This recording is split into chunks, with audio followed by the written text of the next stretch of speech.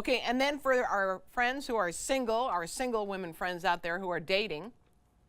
Okay, consider this the great warning for anybody out there on the apps or dating sites. There is no Ethan, how three women caught America's biggest catfish.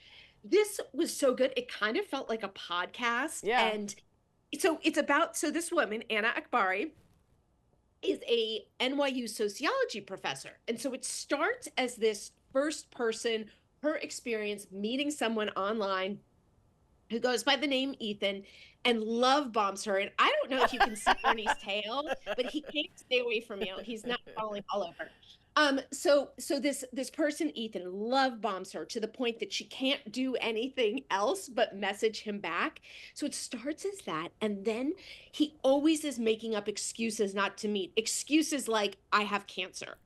And then she finds these other Oh, women I who know have this also had these story. similar actions with him. Yeah. Yes, and then they sort of Nancy Drew it and figure out who it is. It is Wow. so chilling and so good and ultimately very satisfying. Oh, yes, that is a great story. I love that. Okay. Oh, that's a good one.